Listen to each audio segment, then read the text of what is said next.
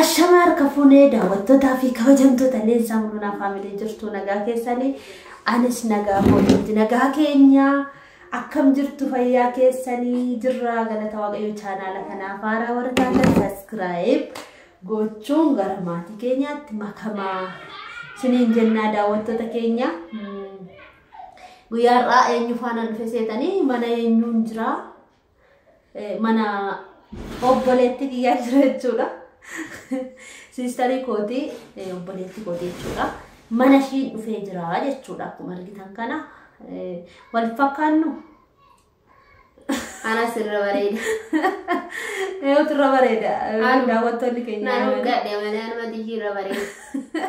Lakki furdinnis baay'eessa miti. Ati karaa lama nyaatti. Guyyaadhaan furdadha. Nyaachaan jiraanii yoo ani furdadheen jira jechuudha. Isheen immoo uqqattee jirti.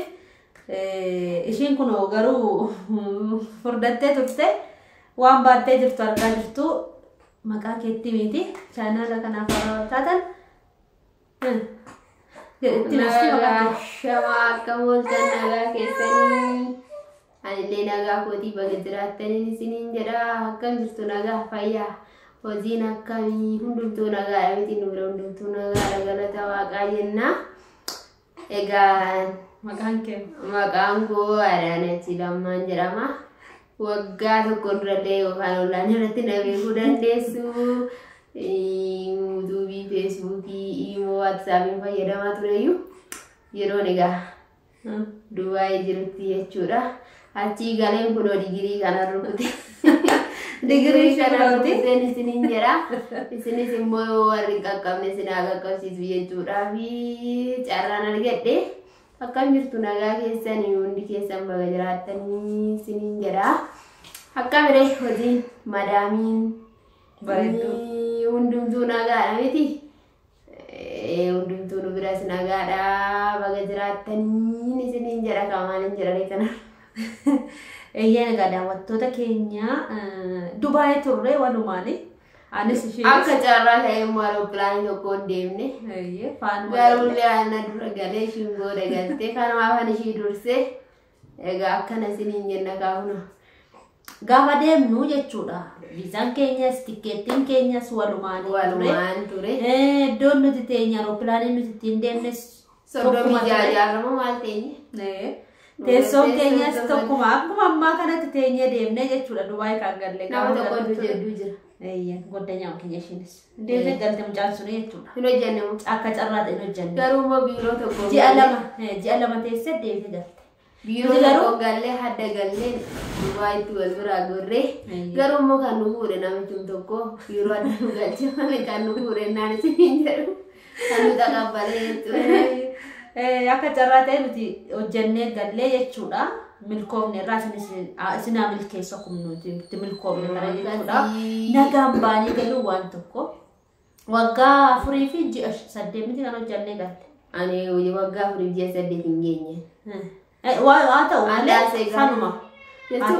Waggaa naasee darbe gaafa 12 galee kaa. Badaa waliin dursinu kaa ji'a muraasa kan ittiin dursite. Ganaadha waggaan kee fuuldura kana. Maarree jechuun tokkuma waggaa Sindursa garuu. Na dursitee galtee kunoo warri na dursanii digirii baatanii jiru jechuudha. Anis immoo duubumaan hin jira jechuudha. Rakkoon qabu yeroo karaa nyaachuun baay'isa. Akkasii gaamaa jennaree. Kana amma wal dursinu hangafa kooti garuu. Eenyutu hangafamee murteessaa suni koomentii irratti hangaftee eenyu akka ta'e. Ijaan har'a furdatte waan. Anibee naan galuu samma ishee furdadhaa hin galee yaa. Ande waa'ee furdoo turte na caaltaa yoo nuuroon na furdi na uqqise malee isinis gaafa galtan akkatti uqqattu gamaa gochuun hin danda'amu. Gaafa mana koo jedhanii jireenya koo jedhanii maal nyaataa maaliin nyaataa jira. Abbaa warra. Gaafa sana akkatti uqqattuun isiniin jedhaa akkana kaa. Kana kunoo intala bareedduu tokko harkatti baattee teesse jechuudha. Maqaan ishii Urjii jedhamti. Daani'eel jedhamti. Urjii Daani'eel bareecha. Kana jedhamti. Nutis immoo duubaan immoo ilma fidaa jirra. Yoo waan nu gargaare jechuudha nu gargaareera. Hanganumaatti nu gargaaru. Warri sammuuna kana immoo arrabsoodhaan mucuqiin haaraa jirtan jechuudha. Maal balleessite? Waayennaa si abaare. Koomesitti nama. Haadha kiyyarraa haadha mulunaa baay'ee naataatii nan jaalladha jennaan jechuudha. Haadha koo miidhaan jibban jenne. Haadha kiyya haadha ofii ishee akkas taatee nama guddiste namni jibbu hin jiru. Waan feete iyyuu haa taatu haa dhabduu haa argattu haa qabaattu haa fukkistu yartu haa taatu haati haadhuma. Garuu kan inni jedhee jechuudha faallaa sanitti ta'e malee jecha koo yookiin jecha wallaalee jechuu danda'a. Haadha koon jibbaa kan jedhu afaan kootiin hin baane jechuudha. Haadha kiyya nan jaalladha. Iddoo sanatti immoo haadha dhabuu mannaa haadha dhabduu wayyaa jedha. Sirru. Haati keenya yoomaan namni humna dhaban malee iyyuu. Waan baay'ee qabu jaartiin. Jaartiidha beera ta'an malee jaartii dhaban malee homaa hin namne maaliif lafa xiiqiitiifis hin jiisan garuu immoo jechuudha. Haadha abbaa warraa ofiirra haadhuma ofii wayyaa.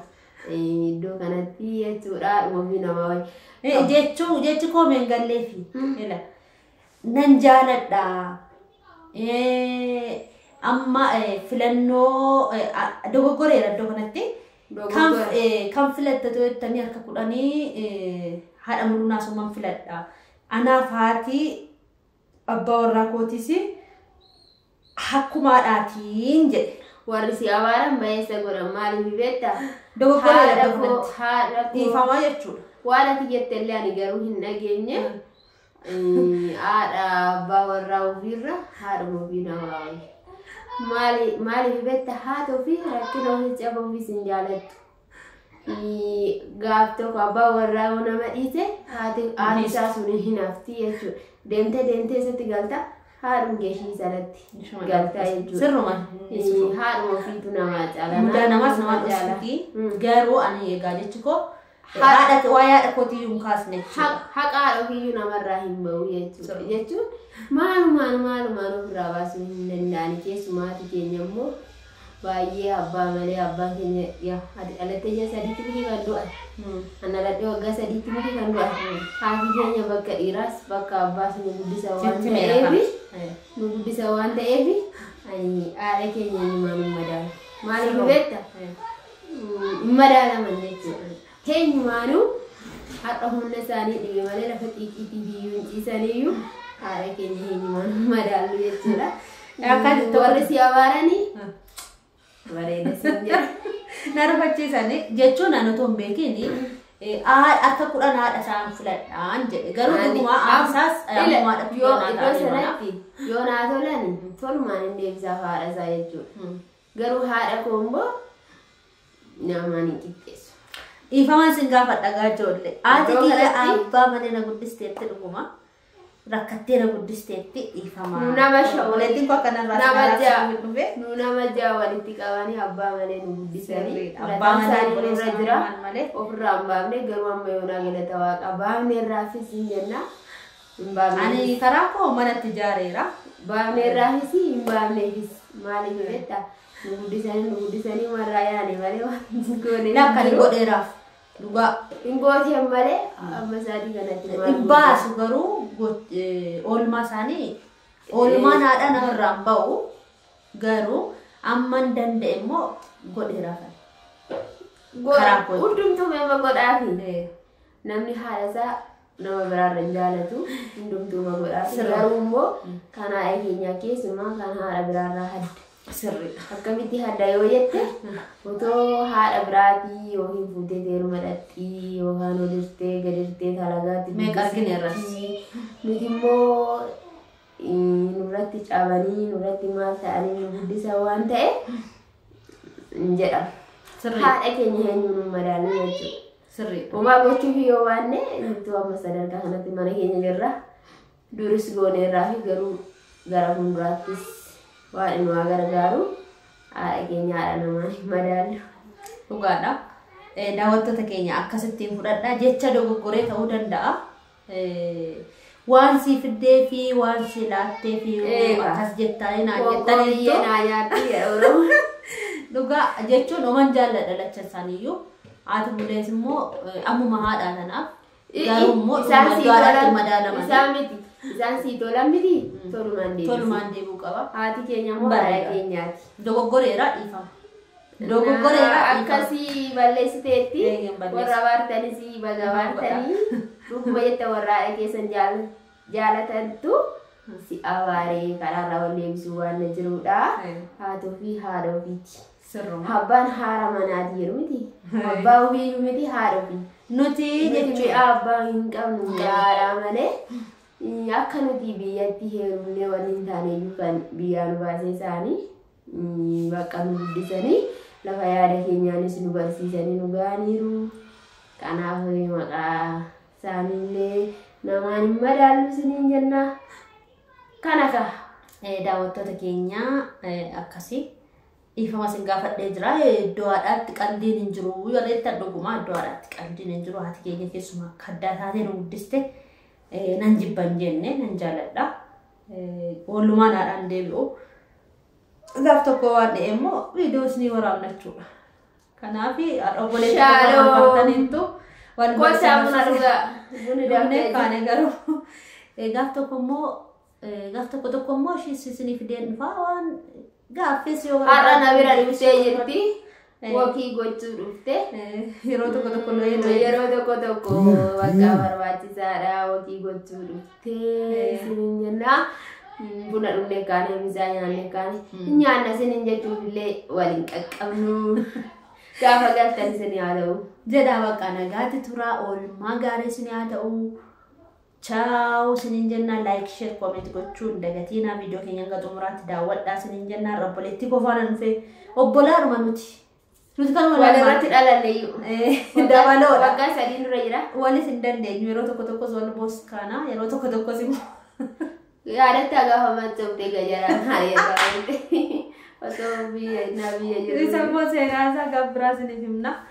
Araqee keessee baatee araqee ati dhugee. Araqeen baasannaa kana seetan taate pheenxee miti. Ammallee pheenxeedha. Maqaa Yesuusin haa ifatamu. Araqee baasee gurgurachuu lafa keenyaan buttuullee na yaalaa fitte. Maal dennaan gajaraan naari'ate gabbiraa isinitti odeessaa shaaloo. Gabbiraa isinitti odeessinaa nagaatti tura. Ciao isiniin jedha.